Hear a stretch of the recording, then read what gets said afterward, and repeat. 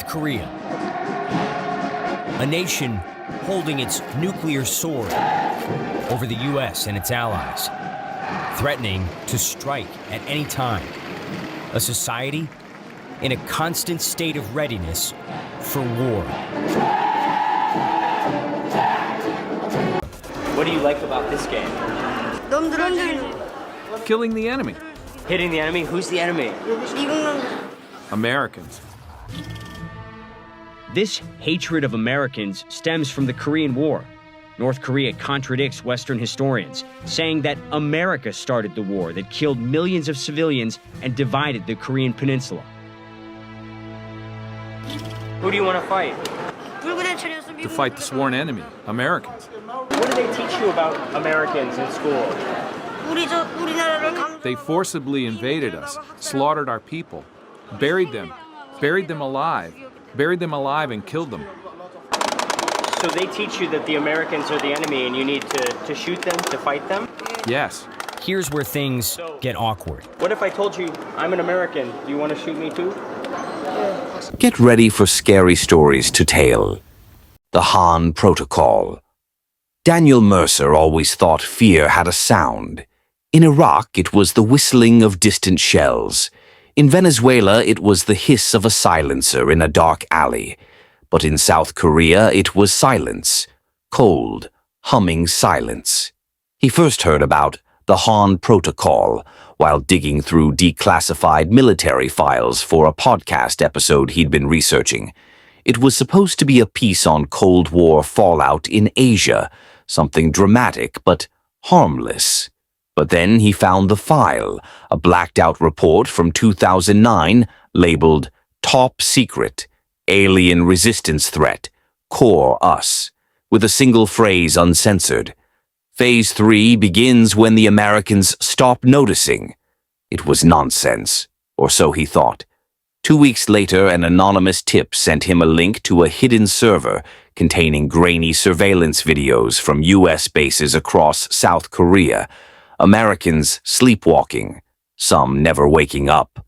Officers found hanging upside down in the barracks, their tongues missing.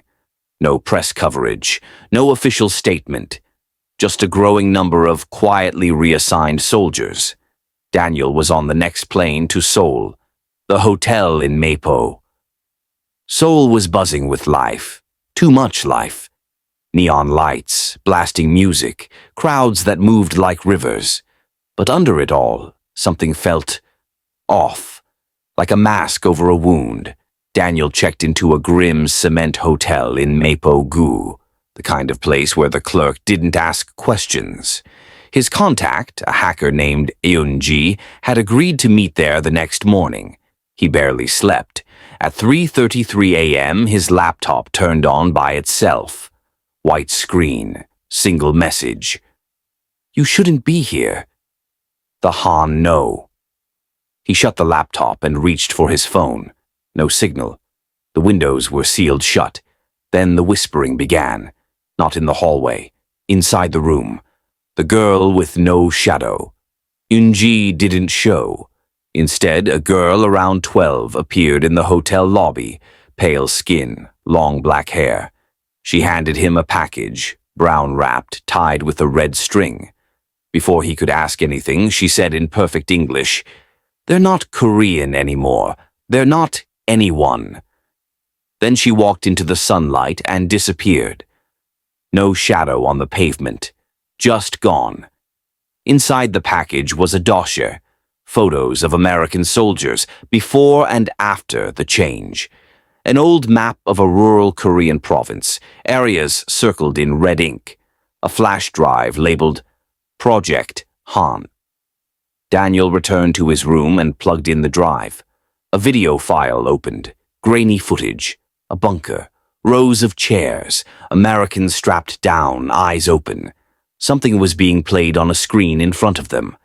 Their mouths moved like they were praying, or screaming. Then the screen cut to black. Another message appeared. The Han is not hatred, it is memory, and America will be remembered. What the forest took. Daniel left Seoul that night. He followed the map south toward the region of Gyeongsang-nam-do. The circled area led to a forest near an abandoned U.S. military base, Camp Perseus. Closed since 1997 under classified circumstances, locals refused to talk. A shopkeeper spat on the ground when Daniel asked about it. "It's cursed," she said. "You brought this with you. You always bring it." The road to the base was choked with vines and rust. Trees leaned in too close. The air was thick with buzzing insects and whispers, real whispers. Daniel walked for miles. The forest pulsed with something ancient, something angry. Then he saw them, figures in American uniforms, blank faces, eyes pitch black. They stood between the trees, motionless, watching. He called out, "Are you military? Do you need help?" They didn't speak. They just smiled, too wide, too still. This story is entirely fictional, created to raise awareness about the dangers of isolation, hidden trauma, and the psychological toll of past experiences. Well, you heard it here first, maybe second. Always remember, watch over your family and loved ones. Thanks for watching, and until the next one, peace and out. The North Korea they want you to see. Goose-stepping, chest-puffing displays of national unity and military might.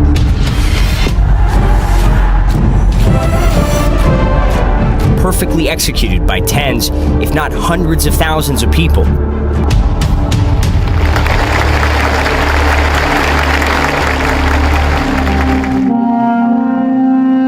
What you don't see, countless hours of mandatory practice before work, after school, on Sundays, in the rain and the cold.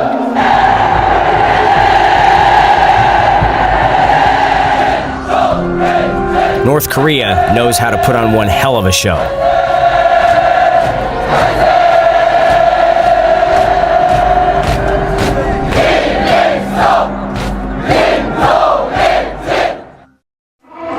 What's the farthest that you've ever traveled from home? 아주 멀리 못 가봤습니다. Not that far. If you could leave North Korea and go to any other place in the world, where would you like to visit? 한번 미국 땅이라는 데 가보고 싶습니다. I want to visit the U.S. Her answer surprises me. No North Korean has ever told me they want to visit the United States. 미국 땅이라는 건 과연 이렇게 생겼길래 이렇게 자꾸 우리 조선 사람들 이렇게 멋살게 굴고 I want to see what on earth the U.S. looks like to be harassing Korean people so much. 지금 우리가 얼마나 힘듭니까? 그런 속에서 우리가 지금 자력갱 생만이 살 길이다 해가지고 It's so hard for us right now because of it. 무슬림 하나만 믿고 생활하기 I really curse the Americans and want to destroy their land. 알았을 것입니다. Now, I understand her answer. It's very nice to meet you. And the Korean War set the two superpowers against each other, with Koreans caught in the middle. 3 million of them died. Technically, the war never ended.